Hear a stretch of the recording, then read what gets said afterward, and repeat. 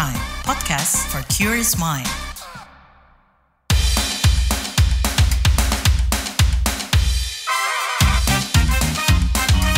Kamu lagi dengerin podcast What's Trending. Halo semuanya, ketemu lagi di What's Trending bareng Lea Baneza. Kali ini Lea mau bahas ancaman megatrust menghantui. Kita bisa apa? Nah, belakangan informasi soal ancaman gempa megatrust yang mengintai wilayah Republik Indonesia ramai di media sosial. Beberapa netizen plus 62 bahkan sampai mengungkap kekhawatirannya. Menanggapi kecemasan publik, Badan Meteorologi, Klimatologi, dan Geofisika BMKG memberikan penjelasan megatrust Selatan Sunda dan Mentawai Siberut bukanlah bahasan baru alias sudah lama, bahkan sebelum terjadi gempa dan tsunami Aceh 2004. Nah, terkait rilis gempa di Selat Sunda dan Mentawai Siberut, tinggal menunggu waktu, pihak BMKG buka suara. Rilis ini dibuat karena kedua wilayah tersebut sudah ratusan tahun belum terjadi gempa, tetapi bukan berarti segera akan terjadi gempa dalam waktu dekat. Dikatakan tinggal menunggu waktu disebabkan karena segmen-segmen sumber gempa di sekitarnya sudah rilis gempa besar semua. Sementara Selat Sunda dan Mentawai Siberut hingga saat ini belum terjadi. Soal waktu kapan gempa itu bisa terjadi, sampai saat ini belum ada pengetahuan teknologi yang tepat dan akurat bisa memprediksi kapan gempa terjadi, baik kapannya, di mana maupun berapa kekuatannya. Lantas ada nggak sih yang bisa kita persiapkan untuk menghadapi ancaman gempa megatrust? Kita bahas usai komen netizen plus 62 berikut.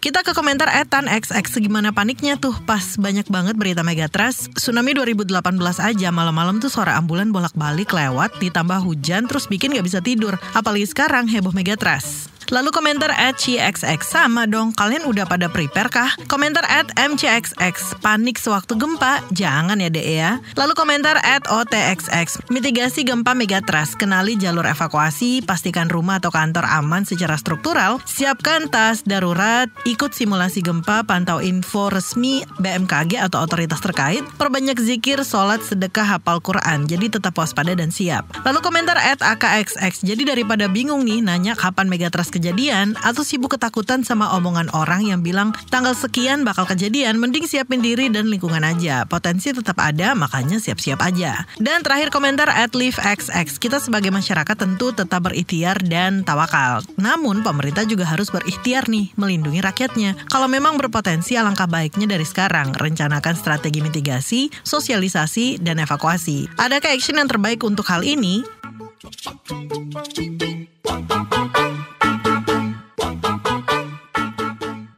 Kepala BMKG Dwi Korita Karnawati mengatakan pihaknya belajar dari Jepang yang meneliti mencatat gempa dengan baik. Jepang juga menggali sejarah gempa untuk merancang rencana mitigasi bencana. Lebih lanjut soal ancaman megatrust, kita simak penuturan Kepala BMKG Dwi Korita Karnawati.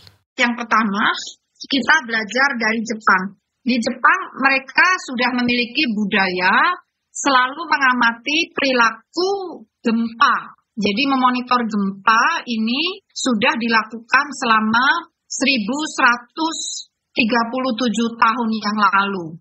Nah, terutama mereka juga sudah mengamati gempa Hakuhonankai dengan tsunami, dampak tsunami-nya di tahun 684. Jadi ratusan tahun yang lalu. Nah, kemudian Jepang selalu mencatat urutan setiap aktivitas gempa dengan sangat baik, dengan teliti, runtut, sistematis. Nah, kita ini, terutama kami BMKG ini kan belajar dari Jepang. Dan yang menarik, karena ini sudah lebih dari 1000 tahun, ya, publik Jepang itu tidak mudah melupakan kejadian bencana. Mereka bahkan menggali sejarah gempa dan tsunami untuk menata mitigasi. Kami pun di BMKG ini juga bersama-sama dengan Indian Ocean Tsunami Early Warning and Mitigation System dan IOTIC, ya, itu kami juga menggali sejarah gempa dan tsunami masa lalu. Ada bukunya juga, bisa di-share nanti ya. Kemudian di sana itu sangat kompak ya. Jadi tadi tujuannya kenapa menggali sejarah, ya, itu tujuannya adalah untuk mitigasi. Jadi mereka tidak terus panik, khawatir, terus jadi sibuk gitu ya. Sibuknya tuh bukan sibuk bertindak, tapi malah sibuk berdiskusi, berwacana ya.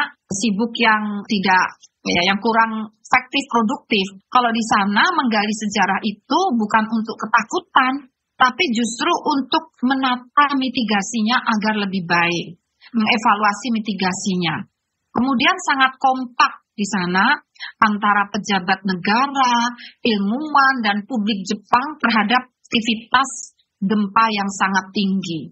Jadi mereka sangat concern ya, dan kompak.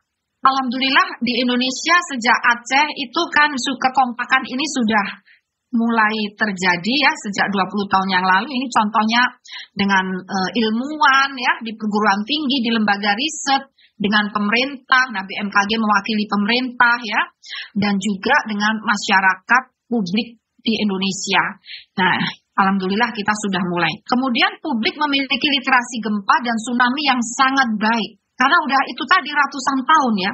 Sehingga mereka itu kalau mendapatkan informasi itu tidak kagetan dan tidak heboh, tidak gununan. Buat mengenal lebih jauh soal gempa megatrust, juga bagaimana kita mesti menyikapi peringatannya, kita tanyakan ke pakar kegempaan ITB, Irwan Meilano. Pak Irwan, belakangan kan ramai gitu ya Pak soal ancaman bencana gempa megatrust nih Pak. Pertama mungkin boleh dijelasin dulu kali ya Pak ya, apa sih itu gempa megatrust? Jadi megatrust itu per definisi dibagi menjadi dua ya, yaitu gempa dengan magnitudo mega. Jadi mega itu merefer pada kekuatan gempa. Jadi gempa mega itu adalah gempa yang memiliki magnitudo di atas 8. Itu disebut sebagai gempa mega ya. Kemudian yang kedua adalah trust. Jadi megatrust itu dua kalimat, mega dan trust gitu ya. Trust itu adalah gempa yang memiliki mekanisme sesar naik. Jadi yang mega itu merefer pada kekuatan, kemudian trust itu merefer pada jenis gempanya. Jadi gempa dengan magnitudo di atas 8 dan mekanismenya adalah sesar naik. Seberapa besar sih Pak sebenarnya potensi terjadinya dan sebesar apa juga dampaknya? Terkait dengan potensinya, ada beberapa cara untuk melihat gempa. Cara yang pertama dan itu cara yang paling sederhana yaitu dengan melihat data historis gempa, yaitu dengan melihat sejarah kegempaan di masa lalu. Jadi wilayah yang pernah menjadi sumber gempa di masa lalu, itu dulu pernah terjadi, memiliki potensi untuk menjadi gempa baru di masa depan. Nah kalau dilihat dari sejarahnya, maka beberapa wilayah Indonesia memang pernah memiliki sejarah gempa dengan jenis tersebut. Misalnya 1797 itu terjadi sekitar dekat dengan Mentawai, 1874 itu juga pernah terjadi. Jadi belum yang baru-baru ya, misalnya gempa Aceh 2004, ya 2005 itu adalah gempa megatrust. Nah dengan melihat fakta tersebut bisa disimpulkan bahwa potensi gempa di masa depan tidak kita harapkan, tetapi sangat mungkin terjadi kembali. Nah Pak, sebelumnya kan ada terkait rilis gempa di Selat Sunda dan Mentawai Siberut, tinggal menunggu waktu. Ini tuh kita bisa memahaminya sebagai peringatan dini atau sekedar kewaspadaan aja sih Pak? Jadi sistem peringatan dini gempa itu merefer pada sebuah sistem yang menggunakan instrumentasi terutama seismometer dan GPS ya.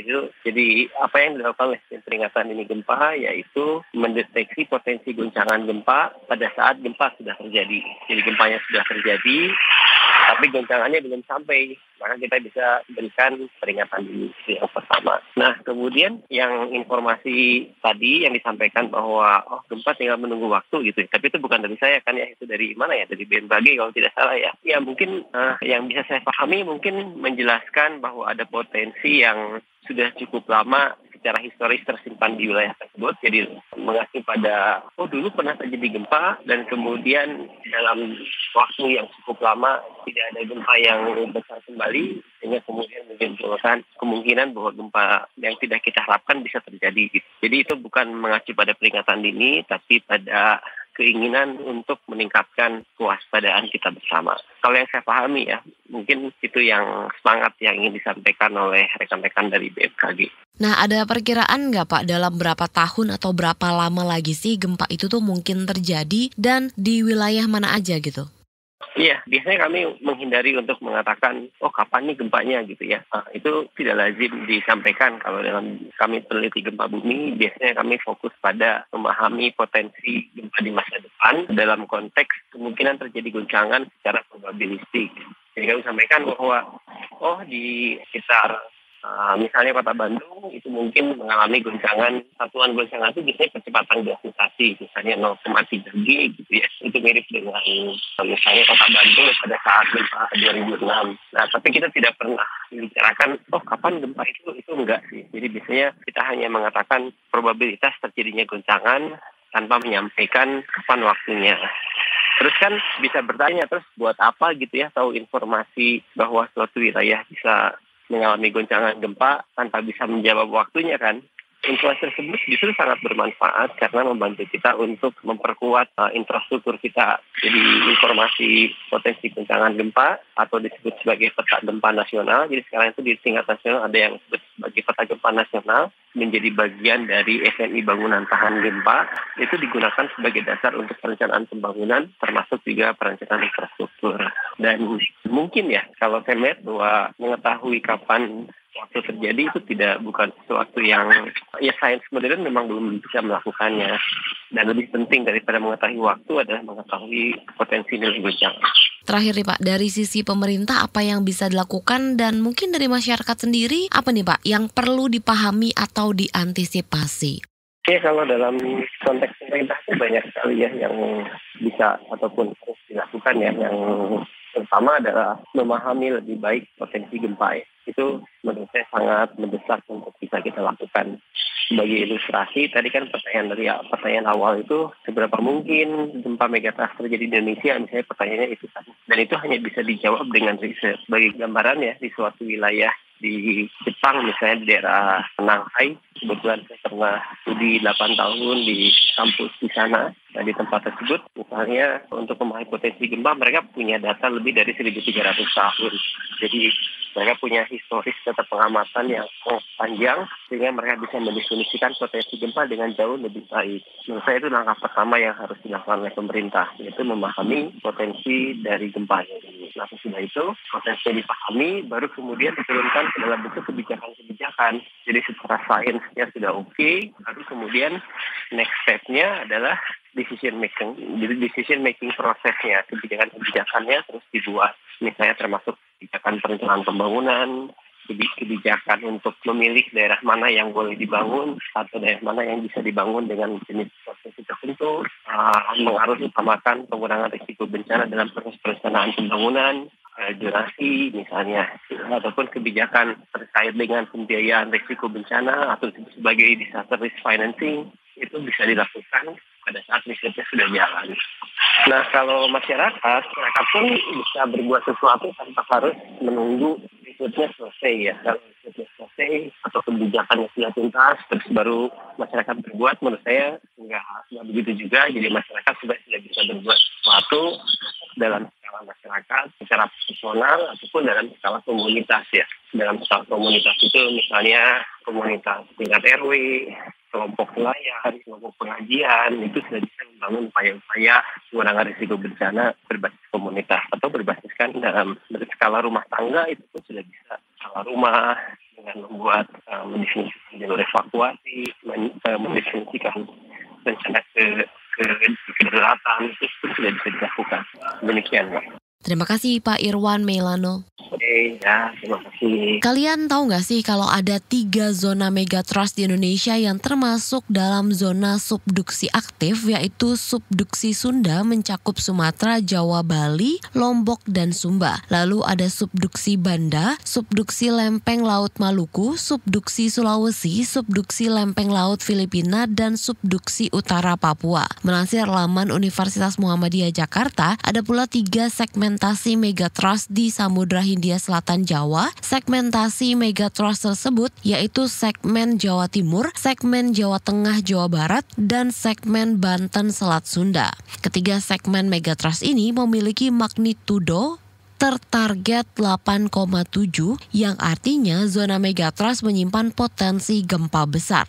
Lalu apa nih yang bisa dilakukan masyarakat terkait ancaman megatrust? Antisipasi apa yang mesti dilakukan? Apakah cukup dengan berlindung di balik meja? Yuk kita tanyakan ke pakar geologi gempa bumi dan geoteknologi di Pusat Penelitian Geoteknologi Lembaga Ilmu Pengetahuan Indonesia LIPI, Profesor Dani Hilman Natawijaya. Prof, dari sekarang kita tuh perlu nyiapin apa sih untuk ancaman gempa megatrust ini? Untuk ancaman gempanya, ya sebetulnya sih itu satu hal yang sudah umum ya. Berarti kan perlu, pertamanya sih semua struktur bangunan harus tahan gempa ya.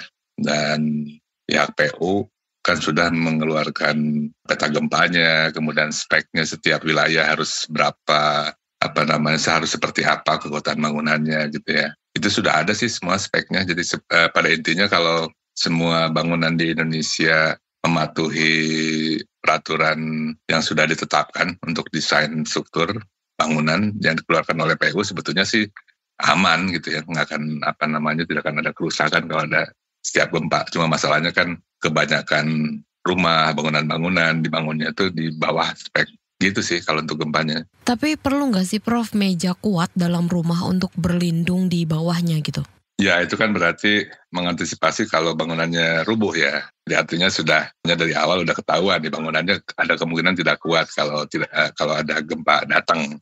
Nah untuk kasus seperti itu ya memang akan berguna kalau di rumah itu sudah disiapkan tempat yang kira-kiranya aman. Jadi kalau runtuh ada tempat untuk berlindung. Malah ada juga teman yang menganjurkan paling tidak ada satu ruangan gitu di rumah yang benar-benar dikasih perkuatan ya, sehingga kuat. Misalnya di mana aja sih ya, mau di kamar tidur atau ada ruang khusus seperti tempat kumpul atau kamar mandi, apapun lah ada satu ruangan sehingga kalau ada gempa tuh bisa larinya ke situ gitu.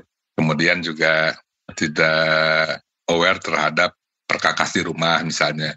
Seperti misalnya tidak menggantung lampu yang berat di atas, yang kalau gempa itu akan bisa jatuh. Kemudian seperti lemari-lemari, itu kan harus dipaku ke dinding ya. Kalau enggak kan, kalau ada gempa dia akan menimpa kita, lemarinya. Jadi sebetulnya mitigasinya itu ya logika seperti itu untuk keselamatan. Perlu nggak nih Prof menentukan titik kumpul seluruh anggota keluarga? Iya, bisa. Kan strategi yang kita buat itu harus sesuai dengan kondisi kita ya. Kan setiap orang bentuk bangunannya, desain bangunan di dalamnya kan beda-beda ya. Barangkali kalau untuk sebagian orang yang rumahnya tidak terlalu besar juga, kemudian akses keluarnya juga tidak susah, barangkali yang paling aman begitu ada gempa langsung keluar kayak gitu loh. Jadi pada intinya sih setiap orang, setiap keluarga dengan rumah masing-masing itu harus punya strategi. Nah, jadi salah satunya itu opsinya itu ada satu ruangan yang cukup kuat sehingga kalau ada gempa tuh orang bisa lari ke situ. Tapi kan harus semua dihitung. Ruangan itu di mana? Kalau misalnya ada rumahnya tingkat 2, kemudian si bangunan ruangan diperkuat di tingkat 1 kan berarti nggak ada waktu juga gitu ya. Berarti kan harus ada 2, berarti setiap lantai harus ada kayak gitu. Kalau terkait makanan dan minuman atau senter, perlengkapan lainnya yang ditaruh di tempat berlindung, itu gimana nih Prof? Biasanya sih begitu SOP-nya. Nah, kalau di rumah ya Prof ya, kalau misalnya yang tinggal di gedung misalnya, di gedung tinggi, ini tuh harus gimana sih Prof? Tinggal di gedung tinggi, nah itu kan berarti SOP-nya lain lagi ya. Kayak misalnya kan kalau di hotel-hotel udah jelas, kayaknya sudah satu syarat umum. Kalau di gempa itu kan nggak boleh lewat lift. Karena kalau lift ada kemungkinan bisa mati, kemudian kita terjebak di tengahnya kan. Jadi biasanya kalau di hotel-hotel gedung tinggi, kalau ada emergency seperti gempa itu, orang larinya ke tangga biasanya, tangga biasa ya. Nah, berarti setiap gedung yang tinggi, ya itu harus nyiapin itu juga. Kalau memang SOP-nya dia lari ke tangga, berarti tangga itu harus betul kuat ya. Kalau ada gempa, bagian tangganya itu tidak apa-apa. Karena banyak juga kan yang hancur malah yang tangganya itu. Gitu. Lalu kalau disertai tsunami, kita tuh harus gimana? Nah, ya itu kalau tsunami kan beda lagi strateginya. dalam bangunan itu juga yang bangunan yang di dekat pantai itu di satu pihak misalnya kalau untuk kekuatan struktur itu yang di bawahnya itu kan harus kuat gitu ya, yang lantai pertamanya itu. Kalau untuk tsunami malah sebaliknya, biasanya yang di lantai 1 malah dibuat kosong itu malah ya, jadi kayak rumah panggung gitu. Jadi kalau ada tsunami ya dibiarin aja lantai 1-nya terendam atau memang di tempat tsunami. Tapi yang orang bisa aman lari ke lantai 2 kayak gitu. Terus kalau misalnya disertai tsunami, kita tuh harus gimana nih Prof? Apa kita harus belajar berenang dulu sekarang? Pikir sih itu ada satu hal yang umum ya, sebaiknya kita bisa berenang lah ya, masa nggak bisa. Kan bukan cuma tsunami aja, ada banjir gitu ya, untuk olahraga juga. Jadi ya tentunya kalau nasihat umum sih dianjurkan setiap orang pandai berenang lah ya, tidak harus untuk tsunami. Mungkin juga ya, ada tsunami atau banjir pelampung akan ada berguna gitu ya. Nah kira-kira untuk menghadapi megatrust ini perlu kebutuhan berapa lama nih Prof untuk bertahan diri sebelum ada bantuan tangkap darurat? Perlu berapa lama? Kalau tsunami-nya itu sendiri kan biasanya tidak lebih dari 1 jam biasanya sih ya udah habis itu. Masalah perlu waktu berapa lamanya itu kan tergantung dari situasinya. Ada yang setelah tsunami hilang kemudian orang yang sudah menyelamatkan diri itu bisa bisa dapat akses yang mudah untuk ke tempat yang lebih aman misalnya ya, atau misalnya untuk mendapat pertolongan selanjutnya. Tapi mungkin ada juga situasi ketika ada tsunami kemudian dia menyelamatkan ke satu tempat atau terperangkap di satu tempat sehingga untuk penyelamatan selanjutnya orang butuh waktu gitu ya, bisa berjam-jam, bisa 1 hari, bahkan bisa berhari-hari. Nah Pak, ngomongin soal megatrust gitu ya, ini tuh seberapa besar sih potensinya dan bagaimana sih Pak dampaknya yang mungkin perlu kita antisipasi gitu? Ya itu juga sangat umum ya, kan berapa besarnya itu tergantung dari kita ngomong daerah mana nih gitu ya. Kemudian sumber tsunami yang seperti di mana Selat Sunda sampai Jawa Selatan, itu kan maksimalnya bisa magnitudo 9. Tapi yang datang bisa kurang dari itu, bisa hanya 8, misalnya 8,5 gitu ya. Jadi kita nggak bisa tahu seberapa besar, paling juga kita biasanya bisa siap-siap untuk worst case gitu ya, yang paling besarnya gitu. Nah, kemudian juga gelombang tsunami tergantung dari posisi kita di mana kan. Kalau posisi kita di dekat pantai berarti itu gelombang tsunami-nya lebih tinggi, maksimal. Tapi kalau misalnya rumah kita ada 2 kilometer atau 1 kilometer atau paling nggak dari 500 meter jauh dari pantai, artinya tsunami yang datang juga akan lebih kecil gitu ya. Kemudian juga faktor morfologi atau landscape juga berpengaruh juga. Ada yang wilayahnya landai banget gitu ya, pantainya, sehingga kalau ada tsunami walaupun tsunami 5 meter tapi dia bisa masuk sampai ke dalam banget gitu ya, sampai berkilo-kilometer.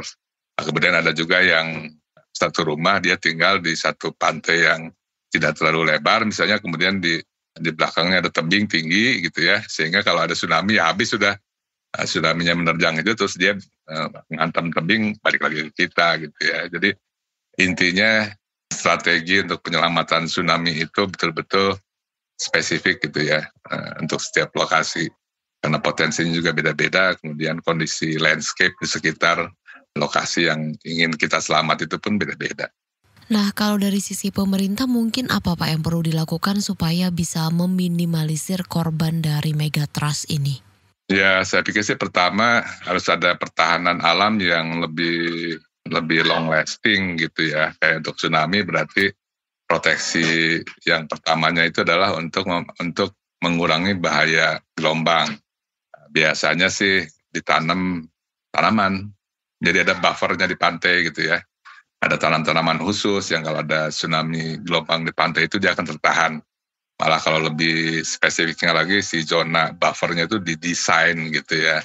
Ada beberapa ratus meter dari pantai itu memang didesain ditanamin tanaman gitu ya. Kemudian baru di belakang itu orang bisa membuat infrastruktur kehidupan, rumah-rumah atau apapun gitu ya. Karena kan sudah terlindungi oleh buffer itu. Sehingga kalau ada tsunami datang, si gelombangnya tidak langsung menghantam ke kita, tapi udah tertahan dulu di tanaman itu.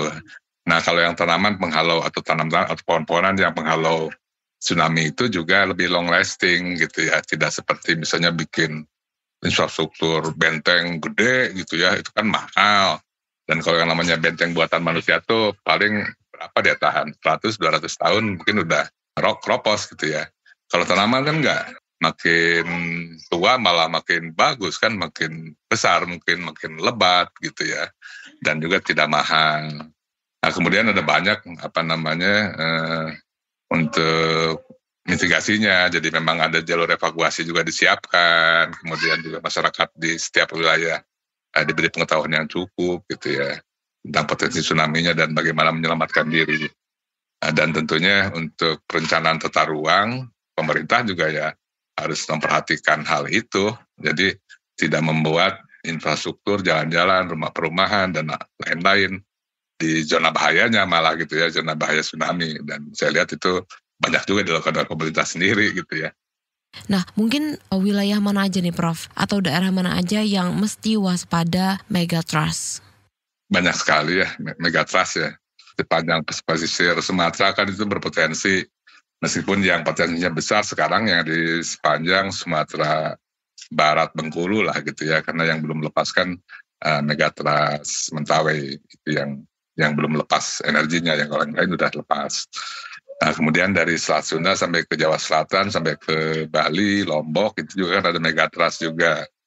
Nah, itu juga potensinya bisa besar meskipun frekuensi gempanya, kemudian kemungkinan terjadi di masa datangnya seberapa besar, kita belum tahu. Tapi itu pun berpotensi ya. Kemudian di selatan Sulawesi juga ada megatrust juga, di situ pun potensinya besar. Kemudian di Lautan Maluku itu banyak tsunami, meskipun di situ mungkin bukan megatrust ya, jenis lain dari patahannya di situ yang tapi bisa juga membangkitkan tsunami gitu ya, walaupun bukan megatrust. Kemudian di Papua di utaranya juga ada subduction muda atau ada megatrust juga, megatrust muda di situ, itu pun juga potensi tsunami. Kemudian di sepanjang utaranya Nusa Tenggara itu kan ada back trust itu yang di gempa Lombok 2018, kemudian pernah terjadi tsunami tahun 92 juga di Flores ya. Nah, di situ juga dari sepanjang di utaranya Bali, di utaranya Lombok, Sumbawa, sampai ke timur terus, itu berpotensi juga. Jadi cukup banyak kalau di Indonesia, wilayah yang bisa terkena tsunami. Terima kasih Prof. Dhani. Ya, sama-sama. Pemerintah Australia menerbitkan undang-undang hak untuk memutuskan sambungan bagi pekerja di wilayahnya. Salah satu kebijakan yang dikeluarkan adalah hak karyawan di Australia untuk mengabaikan email atau panggilan kerja di luar jam kerja. Aturan ini dikeluarkan pemerintah untuk mengekang adanya email atau panggilan telepon kantor masuk ke dalam kehidupan pribadi pekerjanya yang harusnya telah menyelesaikan jam kerja. Pengeluaran aturan itu didasari fenomena pekerja di Australia yang mendapat hukuman setelah menolak membaca atau menanggapi kontak pekerjaan di luar jam kerja. Undang-undang ini diharapkan memberi kepercayaan diri kepada pekerja untuk menolak gangguan berupa email, SMS, atau telepon masuk ke kehidupan pribadi mereka. Blackpink adalah salah satu girl band Korea Selatan yang mendunia. Tak hanya ketenaran dan prestasi, penghasilan salah satu membernya pun disorot. Melansir Korea Times, member termuda Blackpink, Lisa, diperkirakan mendapat 840 juta won atau setara 9,8 miliar rupiah untuk setiap unggahannya di sosial media Instagram. Lisa juga dimasukkan ke jajaran Instagram Rich List posisi ke-26. Lisa punya lebih dari 100 juta pengikut di Instagram dan menjadi member Blackpink dengan follower terbanyak. Di posisi kedua ada Jennie dengan pengikut sekitar 85 juta menempati posisi ke-36 Instagram Rich List. Lalu Jisoo mengikuti di posisi ke-40 dan Rose di posisi 42. Studi yang diterbitkan The Journal of Experimental Psychology General mengungkap temuannya soal scroll video di sosmed mampu meningkatkan rasa bosan. Saat ini di sosmed ada fitur yang memungkinkan pengguna bisa mempercepat dan melewatkan tontonan. Meski fitur ini kerap digunakan untuk menghilangkan rasa bosan, ternyata berdasarkan studi, kebiasaan ini justru meningkatkan rasa bosan. Percobaan ini dilakukan ke 1.200 orang dengan mencoba pengalaman berbeda dalam menonton video. Kesimpulannya, kebosanan muncul saat orang-orang berpindah-pindah konten video dan mengakibatkan tidak terlibatnya seseorang pada satu konten, serta terus mencari hal yang lebih menarik.